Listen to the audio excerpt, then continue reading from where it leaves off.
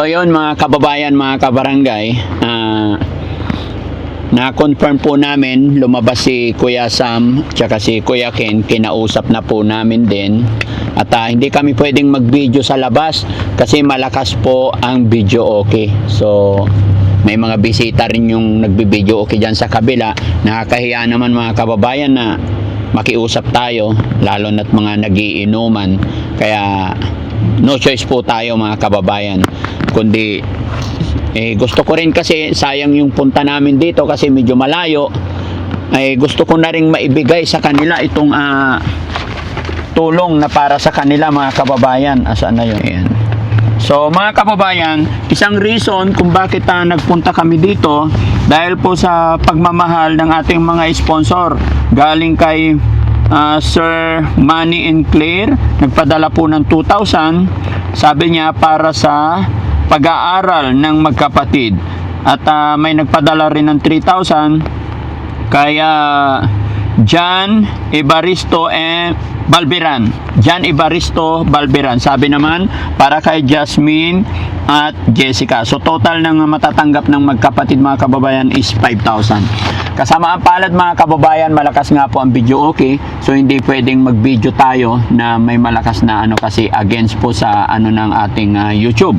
So kausapin na lang yung magkapatid, saglit lang papasukin dito para maiabot natin tong pera na to, no? At nakakatuwa mga kababayan dahil nakapag-isip sila na gumawa ng maliit na hanap buhay dito sa harapan ng kanilang bahay. Pero maganda rin yung sa kanila mismo manggaling at malaman din ni Daddy Frankie, marinig nyo rin kung bakit ganyan ang naisip nila. Mga kababayan, papasukin po natin sila. Sige, dito na lang siguro sila. Yes, okay, sige, papasukin nyo muna sila.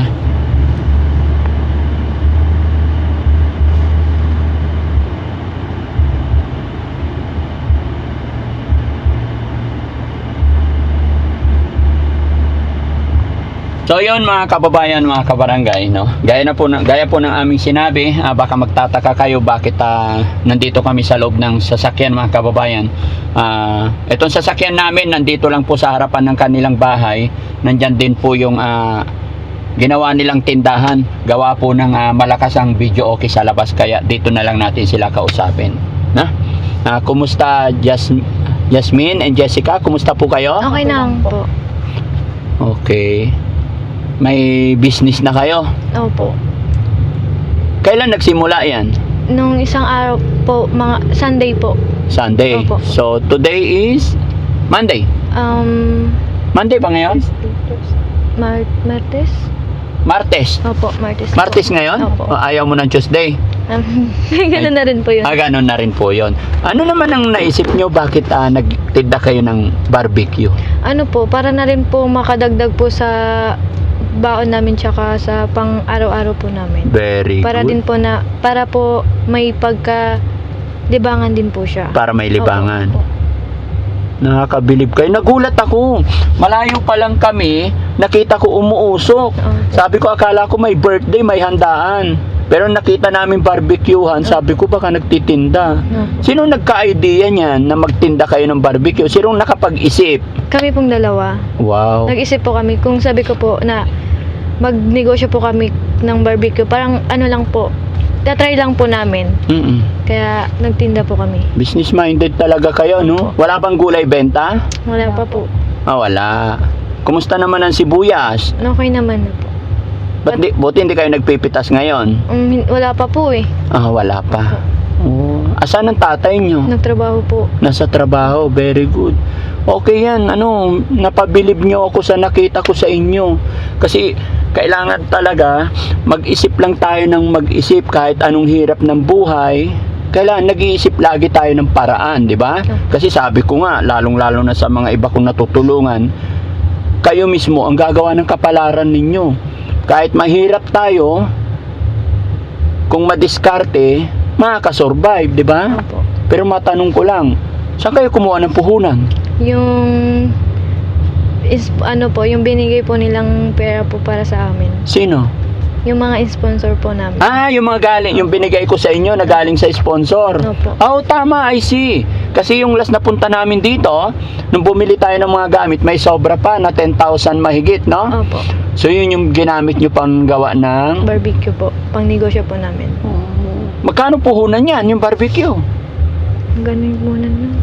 Sa 500 plus po. 500 plus. Sa bagay, parang libangan. Tama yung sinabi mo, no? Opo. Libangan din ni Yasmin. Tama yun. Mag-isip kayo ng paraan. Di ba? No. Goods, ang galing, no? Tsaka lagi ko nga, ang ipapayo ko lang sa inyo mga anak, no? Save lagi yung pera pag may pera kayo. Save lagi. Pag may benta, ikot lagi. Paikutin lang ng paikutin. Walang negosyong nagsisimula sa malaki. Mas maganda nagsisimula sa maliit habang lumalaki.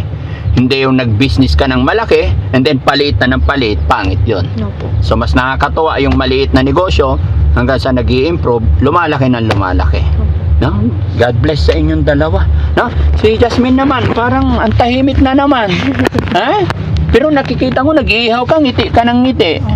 Masaya po eh. Masaya. Bakit ka masaya? Kasi po, ano po, first time, parang first time po namin magtinda ulit. First time nyo magtinda ulit ng barbecue.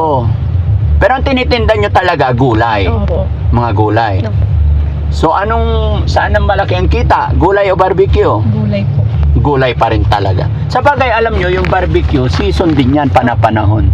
Although, ganyan talaga, yung mga nandito sa bahay, kailangan dumiskarte. Oops, mainit ang panahon, walang ulan, tinda tayo barbecue kasi walang gulay. Oops, mahina ang barbecue ngayon, maraming gulay. Ikot tayo para sa gulay. Ganon, di ba? Okay. So, kumusta naman ang pagtitinda? Hindi naman kayo nahirapan? Hindi naman po. Mabili po. Mabilis po maubos. Mabilis maubos. Opo. Marami bang tao dito? Konti naman po, pero yung mga dumadaan po. Ay, may mga dumadaan, bibili talaga sila. Sa bagay, lalo na pag nakita nila si Jessica, isang ngiti mo lang. No? Oo, tama yun. Kailangan smiling face. Sweet face. Di ba? Kailangan nakangiti lagi, no? Oo. Tapos, pero kailangan bagong ngumiti, kailangan mag-toothbrush. Joke lang. Pinapatawa ko lang kayo. Di ba? Hindi totoo yun. Alam nyo talaga yung mga dumadaan na driver. Di ba? Real talk yan mga kababayan. Pag may nagtitinda dyan, titignan nila kaagad yung itsura ng nagtitinda. Di ba? Di ba? O sige, anong nagiging experience nyo pag may mga dumadaan na sasakyan dyan? Di ba? Bubusina pa? Opo. Pagkabusina, magdidispasyo pa yan. Titignan. Pagka nagkatagpo yung paningin nyo, nahiya pa yung driver, lilingon ko kunwari. Opo. Pero lahat na nadadaanan nila, lalo pag may nagtitinda, kita nila malayo pa lang, dalaga, didispasyo na yan. Ang daming alibay, di ba? Opo. Hindi ko sinasabing si Jesse at saka si Rizky ganon. Di ba? Pero witness ko yan. Parang ganon nangyayari sa mga sa mga driver.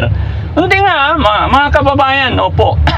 Alam ko yan, di ba? Pag ang nagtitinda, medyo maganda, tapos palangiti, magaling makipag-usap, magaling mag-sales talk, lamang ka sa bentahan.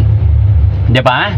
Pero pagka ang tindira nakasimangot, di ba? Kahit hindi kagandahan kung magaling magsalita, mabulaklak na bibig, sabi nga nila sa yung negosyante sa pagtitinda sa palengke, kailangan magaling ka. Opo. Kahit na yung customer tipong paalis na, mahahakbang na, kailangan may sasabihin ka pang mapapabalik siya, magkaka-interes siya. Ganun ang negosyante. Alam nyo bakit nasasabi ko yan?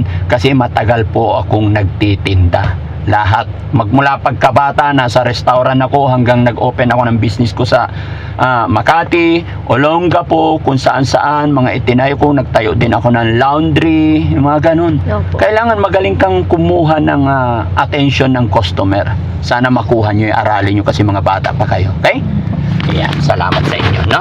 Totoo yun mga kababayan. At saka, yun nga, yung sinasabi ko kanina, pagdating na, sabi nga nila, ang kunti lang na bahay dito eh. Pero ang customer daw nila, karamihan mga driver na dumadaan dito. Naniniwala naman ako kasi sa tagal-tagal na naming nagbabiyahe, magmula Luzon, Visayas, Mindanao, mga kababayan, hindi na rin sa 10 o 20 yung driver na dumaan sa company namin. Pagka may nakita talaga silang nagtitinda, kahit layo pa yung pupunta namin, magmiminor talaga yan. Tapos may busina pa yan. Pag nagustuhan nila, may simpleng busina pa yan. 'Di ba? Halos lahat. Ngayon sinabi ko, hindi ko sinasabing ganyan si Kuya Rizky, tsaka si Kuya Jesse, pero witness ko yan. 'Di ba? So, ito ang reason kung bakit na nagpunta kami ulit dito. Jasmine and Jessica. May nagpadala pa rin sa inyo, tulong pinansyal. Si Sir Manny and Claire, sabi niya, through GCash to pinadala ha, para sa pag-aaral ng magkapatid. Okay? And then si John Ibaristo and from John Ibaristo Barberan, nagpadala ng 3,000. So total of 5,000. Sa yung mga taong nakapanood sa inyo, hangad nila na mga pagtapos kayo ng pag-aaral. Kaya saludo ako sa sipag ninyo, pero wag nyo sanang pababayaan yung pag-aaral nyo. Kumbaga, secondary, pag walang pasok yun. Pero pag may pasok, pasok tayo, ha? Okay, wag nyo sasayangin yung magandang opportunity ninyo kasi napaka-importante ang pag-aaral. Okay? So, mga kababayan, mga kabarangay, sa mga nag-sponsor po kay Sir Manny and Claire at saka kay John Ibarista Barberan, maraming salamat po sa tulong pinansyal na ipanadala ninyo kay Jasmine and Jessica. Napakalaking bagay po ito, pandagdag sa kanilang pamasahe pang-aral, no? At ito, salamat talaga sa inyo mga kababayan, unti-unti. Mula nung natulungan natin si magkapatid na Jasmine and Jessica, especially po kay Jasmine, ngumingiti na po siya, nakikipagkwentuhan na unlike dati. Diba Jasmine? Okay ka na? Nasasanay ka na? Sanay na po. Yan, focus mo yung sarili mo sa mga gawain, ha? Opo. Ito. Ay, naku, Diyos ko, ang hirap mag-vlog dito sa loob ng sasakyan, guys. Oh, kamay. No? Siya, kami na po. Oh, see, 1, 2, 3, 4, 5, 6, 7, 8, 9, 10. Equivalent 5,000. Opo. Thank you so much. Anong masasabi nyo sa sponsor natin, ate? Ano po? May mic ka naman. Sige. Thank you po sa inyo kasi po natutulungan niyo po kami kahit nasa malayo po kayo. God bless po. Sa mga sponsor sa nagpandala kay Sir Manny at saka kay Sir John. Ano po? Thank you po sa kanila kasi kahit malayo po kayo, nagpapadala po kayo para sa amin. Si Jasmine naman, ano masasabi mo, Jasmine? Nagpapasalamat po ako dahil natutulungan po nila kami. Tapos may pang ano po kami sa negosyo at nagpapasalamat din po ako sa kanila dahil may natutulungan po sila katulad namin sa mga ibang kapwa at sana po marami pa po silang matulungan. Okay. So, kaya ang mensahe nila sa pagpapadala nila para sa pag-aaral ninyo, no? Kaya dali-dali rin kami nagpunta dito. Muli po, Sir John and Sir Manny, maraming salamat. Gaya ng aking sinabi, kahit hindi nyo po ako kilalang lubos, dito lang po tayo nagkakilala sa pamamagitan ng social media, ay pinagkatiwalaan ninyo po yung perang pinaghirapan ninyo. Kaya tatanawin ko pong napakalaking salamat po kasama ng aking team, lahat po kami. Nawa po ay i-bless pa kayo ni Lord na sana mas marami pa kayong blessing na matatanggap para mas makatulong pa kayo sa mga kababayan natin, hindi lang po kay Jasmine and Jessica, sa mga kababayan pa natin na nangangailangan ng tulong. Kaya mga kababayan, salamat po sa inyong lahat. Shoutout po sa mga kababayan natin nandyan sa baba, sa lahat po na nandyan sa premiere. Maraming salamat. Sama-sama po tayong manalangin na sana pagtapos sa pag-aaral ang magkapatid na to, dahil talagang nakita natin yung sobrang hirap ng kanilang buhay para naman makaahon at matulungan naman nila yung kanilang mga kapatid at the same time yung kanilang nanay at tatay. Daddy Frank, tikman niyo po yung tinda po namin. Oo, magkakano ba per stick? 5 po. 5 pesos lahat? Any kinds? Hindi po, yung ulo po tsaka pa tigte 10 po. Oo. Tapos yung dugo tsaka isaw po 5. Oh. Ano pa yung mga tinitinda nyo? Dugo. Oh, dugo po, isaw. Dugo ng? Manok po. Dugo ng manok. Opo. Tsaka isaw. Opo. At tsaka paa. Opo, Tsaka ulo. Opo. May hotdog po. Ay, ayoko na hotdog. And then, sige, magkano hotdog? 4 pesos. 4? Opo. Maliit lang. Opo. Okay, sige, tikman natin. Sige po. Sige. Sige, kain tayo guys. Suportahan natin tong bagong open ng business nila, no?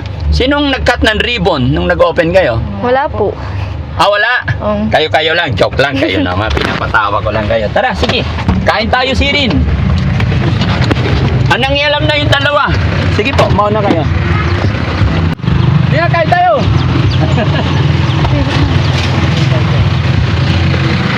May sausawan na? Oo. Mainit. Ha? Gusto mo yung maanghang? Ayan. Lagyan mo. Kasi ito po, may dugo. Samahan niyo ko ha. Dulo. Ay! Ano mo? Luto mo na lahat.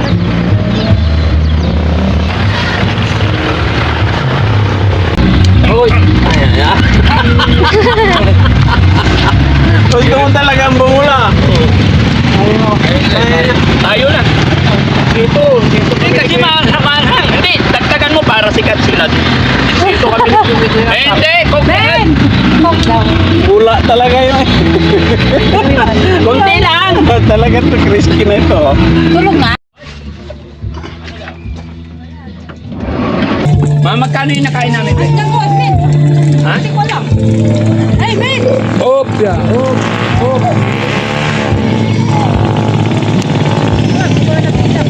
Okay na to, siguro. Kasya na to. Ha? Lagdag mo na lang sa ano, sa puhunan mo, ha? Thank you po. Sige po, bye-bye. Thank you. Ingat po.